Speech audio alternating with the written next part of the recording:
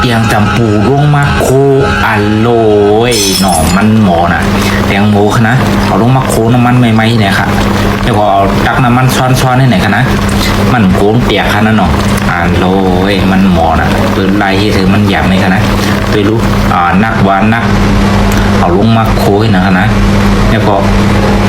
เอาเปียงมาใส่มันดีอย่างเที่ยงก็มูบโนดกาโนดมากค่ะนะ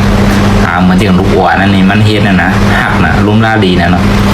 นั่นเอาอย่างมาขุดเปลือกออกแทงกับหม้อมันดีอย่างหม้อค่ะนะเดี๋ยวก็มาผ่าเดี๋ยวก็เปียวเปียงตาปื้อเห็นมาผ่า